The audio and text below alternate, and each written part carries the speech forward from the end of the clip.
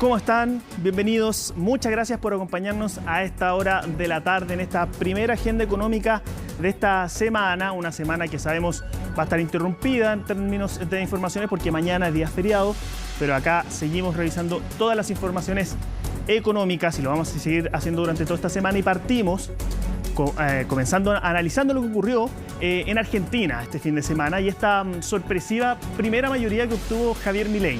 Porque el candidato de la Libertad Avanza, del movimiento Libertad Avanza, el ubicado más a la derecha del espectro político en Argentina, obtuvo más de 7 millones de votos en esta elección, el 30% de las preferencias, y ganando también en varias provincias consideradas clave políticamente. Esta sorpresa abre un nuevo escenario político en Argentina porque detrás de él quedó otra candidata de oposición también, de oposición al gobierno, Patricia Bullrich, mientras que el peronismo, que estuvo representado por el actual ministro de Economía, Sergio Massa, quedó en tercer lugar de las preferencias. Esto deja un panorama más de incertidumbre al que había previo a la primaria y de cara a lo que va a ser la elección presidencial de octubre y deja en buen pie a Milei, un candidato considerado extravagante en Argentina y polémico por algunas de sus medidas calificadas de extrema derecha, incluso donde él mismo se autocalifica como libertario. Algo que reivindicó en su discurso después de que se confirmaran estos resultados. Los invito a partir este análisis de hoy escuchando parte de lo que señaló Javier Milei luego de esta victoria. Estamos frente al fin del modelo de la casta. Ese modelo basado en esa atrocidad que dice que donde hay una necesidad nace un derecho, pero se olvida que ese derecho alguien lo tiene que pagar, cuya máxima expresión es esa aberración llamada la justicia social, ese modelo que se traduce en fuerte déficit fiscal. Por lo tanto, invito a los argentinos a sumarse a la revolución liberal que va a hacer que en 35 años Argentina vuelva a ser una potencia mundial. Bueno, y queremos seguir analizando lo que ocurrió en Argentina, este nuevo escenario político y también cómo está viendo el mercado esta nueva configuración política en Argentina. Y para eso nos acompaña Aldo Abraham, él es economista y director ejecutivo de Libertad y Progreso. Aldo, ¿cómo estás? Ya lo vemos en pantalla. Muchas gracias por acompañarnos a esta hora de la tarde. Muy bien, un gusto para mí estar charlando con ustedes. Aldo, quiero comenzar analizando la reacción del mercado, porque hoy día hubo movimientos importantes del dólar, del oficial y también del dólar blue ahí en Argentina, y también hubo reacciones de la bolsa, donde al principio, en primeras horas de la mañana, bajó el Merval argentino y luego cerró con una alza bastante considerable. Entonces, quiero preguntarte a ti, ¿qué está leyendo primero el mercado en estos resultados que hemos visto este día lunes?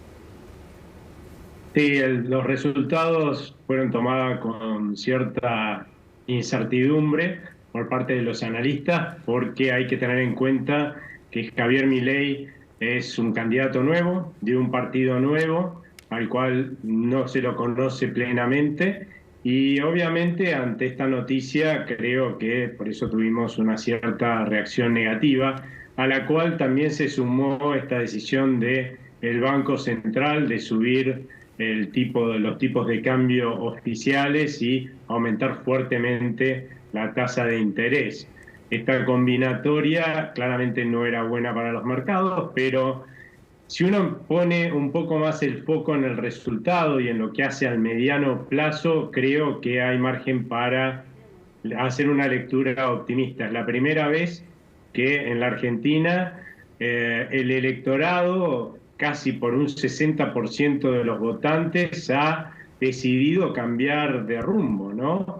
Hasta ahora veníamos con gestiones de gobierno que llevaban un Estado cada vez más grande a un sector privado productivo cada vez más chiquito, porque cada vez lo exprimían más con impuestos para sostener ese Estado gigantesco y además lo dejaban sin crédito, para que los chilenos se den una idea del total de depósitos que hay en el sistema financiero argentino. Hoy solamente un tercio va al sector privado, Ahí incluyan a los empresarios y a los consumidores, ¿no? Claramente así un país no puede crecer, y si uno observa cuál es la sumatoria de los votos sacados por Patricia Bullrich, más los votos sacados por Milei, la exigencia es que sea un cambio drástico, sin medias tintas, sí, con gradualismo, porque nada se puede resolver de un día para el otro, pero empezando a resolver los problemas que tiene nuestro país desde el primer día de gestión. O sea, asumen el 10 de diciembre, el 11 tienen que estar trabajando y mostrando todas las cartas en términos a las reformas estructurales que la Argentina necesita urgente. Aldo, y tú lo señalabas, Javier Milei todavía es un candidato no tan conocido, de un movimiento tampoco tan conocido, pero donde ya se sabe que va a impulsar algunas medidas que son bien, de cierta forma, disruptivas, si se quiere. Plantea una reducción importante de impuestos, plantea una disminución importante del gasto público y hay otras medidas también que han llamado mucho la atención, como es proponer la dolarización de la economía argentina. Quiero centrarme un poquito en estas medidas en el caso de que él llegara a la presidencia. ¿Qué tan factible es que él pueda ejecutar ese tipo de medidas, por ejemplo la de la dolarización, y qué efectos podría tener? A ver, Javier Milei ya ha aclarado que el tema de la dolarización no es un tema que va a poder hacerse en lo inmediato, ¿sí?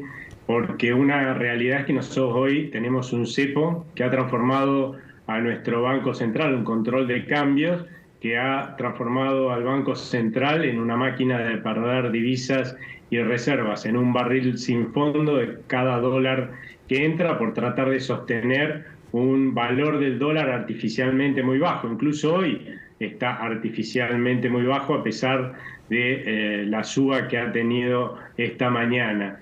Y obviamente, como no hay tiempo para perder en términos de salirse de este cepo antes de que estalle, los 21 cepos anteriores que tuvo la Argentina, que se intentaron sostener en el tiempo, todos terminaron en estallidos cambiarios y monetarios, y 3 de ellos terminaron en las 3 hiperinflaciones que tuvo la Argentina. O sea que hay que salirse urgente en cuanto se asuma el poder. Y la verdad es que para instrumentar una dolarización se necesita tiempo. ¿Por qué? Porque el Banco Central no tiene las reservas, las divisas necesarias para justamente rescatar todos los pesos que hay en la economía y además sus pasivos, ¿no? Que hoy son monstruosos.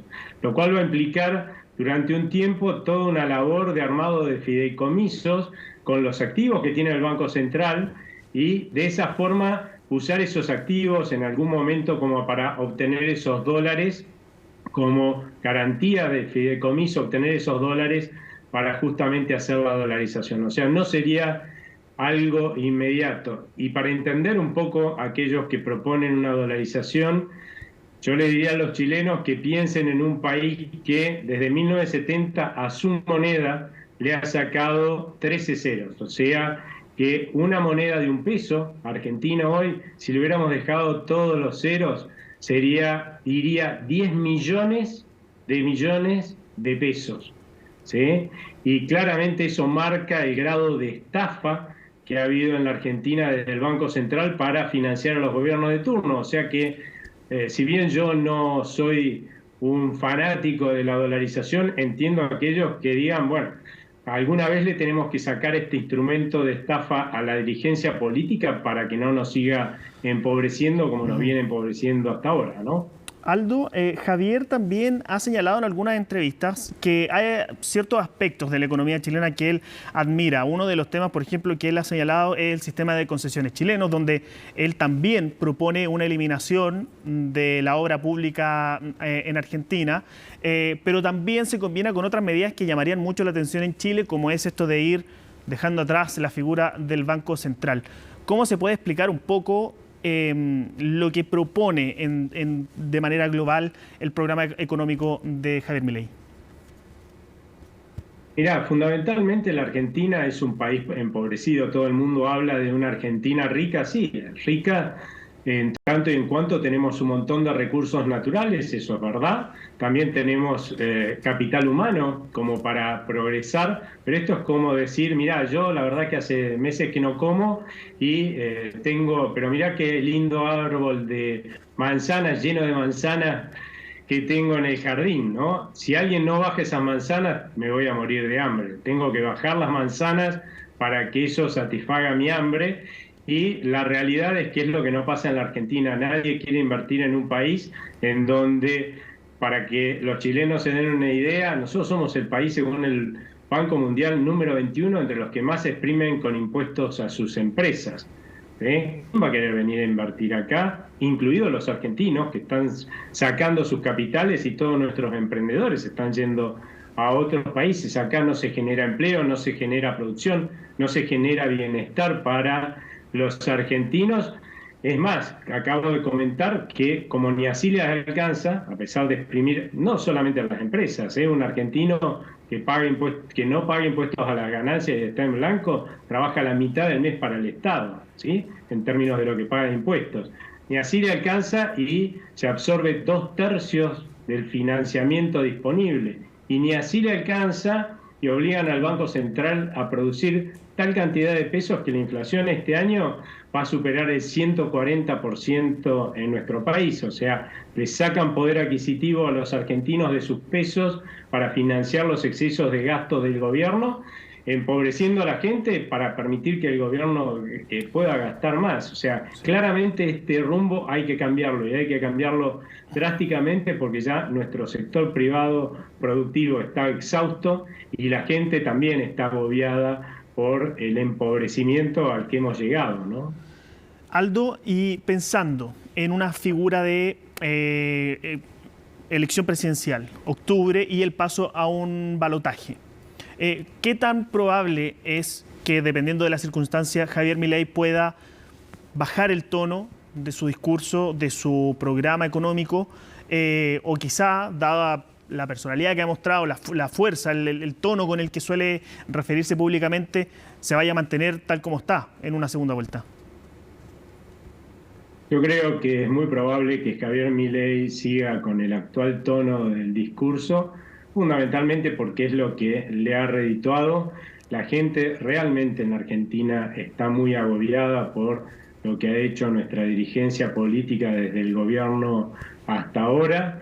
Sienten ese empobrecimiento fenomenal y bueno, y claramente este discurso le ha funcionado a Javier Milei, ¿no? Lo cual no quiere decir que el día de mañana, si llegase a ser elegido presidente en el balotaje, no encare un acercamiento con aquellas fuerzas como es Juntos por el Cambio, que son más moderadas y por lo tanto tiende a moderar el discurso, que haya una negociación, porque muy probablemente él no tenga el apoyo en la legislatura. Nosotros tenemos una Cámara de Diputados y una Cámara de Senadores como para hacer pasar ninguna ley, y acá va a haber que hacer pasar muchas leyes por el Congreso, pero si une sus fuerzas con Juntos por el Cambio, si se repite, por ejemplo, la elección en octubre que se hizo ayer en las PASO, entre ambas fuerzas tienen mayoría en la Cámara de Diputados, tendrían mayoría en la Cámara de Diputados y estarían muy cerca de tener mayoría en la Cámara de Senadores, con lo cual, sumando algunos partidos provinciales que puedan estar cerca de estas ideas, podría ser que se hagan estas reformas estructurales urgentes que tanto necesita nuestro país. Aldo Bram, director ejecutivo de Libertad y Progreso desde Buenos Aires. Muchas gracias por ayudarnos a entender un poquito más a este candidato que obtuvo la primera mayoría y que, por supuesto, vamos a seguir muy pendientes de cómo va evolucionando el panorama eleccionario de aquí a octubre en Argentina. Muchísimas gracias a ustedes, que tengan buena tarde. Nos vemos. Bueno, nosotros vamos a una pausa, pero pronto volvemos con más informaciones acá en Agenda Económica.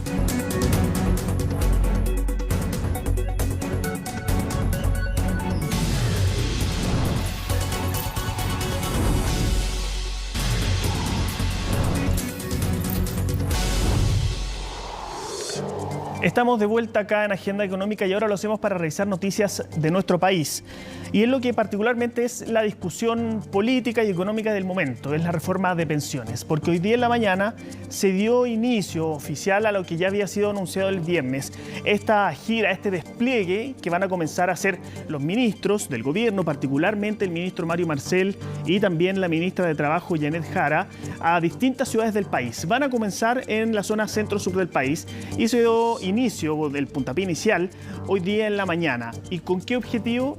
Con el objetivo de ir dando a conocer lo que son estos lineamientos, estas indicaciones, los principales ejes de la reforma de pensiones que va a presentar el gobierno. Darle a conocer a la ciudadanía, ir ganando apoyo ciudadano para esta iniciativa en medio de las discusiones políticas que todavía no avanzan, pese a lo que ocurrió el viernes, pese a esta renuncia del ministro Jackson y que por muchos fue considerado como una condición para comenzar este diálogo. Bueno, todavía no se da, el fin de semana hubo mucha discusión sobre esto y todavía no hay acercamientos de posiciones entre el gobierno y el oficialismo y ese fue el principal llamado que hicieron ambos ministros hoy día en el inicio de esta gira, de este despliegue en terreno para dar a conocer la reforma de pensiones. Los invito a escuchar lo que señalaron ambos secretarios de Estado respecto a la reforma de pensiones. Solamente hemos visto declaraciones en la prensa. Quizás creo que algunas de estas declaraciones de alguna manera abstraen de lo que es la sustancia de una negociación. En una negociación uno concurre con sus prioridades, con sus límites, con sus objetivos y busca acuerdos. Entonces, en una negociación nada está definido a priori. Ni el gobierno puede hacer definiciones a priori, ni la oposición, ni los distintos partidos. Es para intercambiar visiones y encontrar un camino en común. Eso es lo que es. Así que eso es fundamentalmente lo que nosotros esperamos. Los momentos también para ir avanzando y consolidando esos diálogos ya están llegando y por eso creemos que es importante, más allá de las tensiones políticas de la contingencia, que podamos en definitiva en los días que vienen, ¿cierto?, poder confluir en un buen acuerdo. Lo que sí hay que tener claro es que si nosotros tenemos un modelo en el cual el 6% completo va a capitalización individual, aquí las pensiones no van a subir hasta 30 años más. Entonces, si en realidad esta sociedad resistiera 30 años más con este nivel de pensiones, podríamos pensar en una solución como esa, pero claramente los datos indican que no es así. Cuando señalan que esto es porque las personas lo piden en la encuesta, yo quiero recordar también que las personas piden retiro y que las personas piden que no hayan más AFP. Entonces hay que tener bien un sentido de responsabilidad bien importante en esta materia.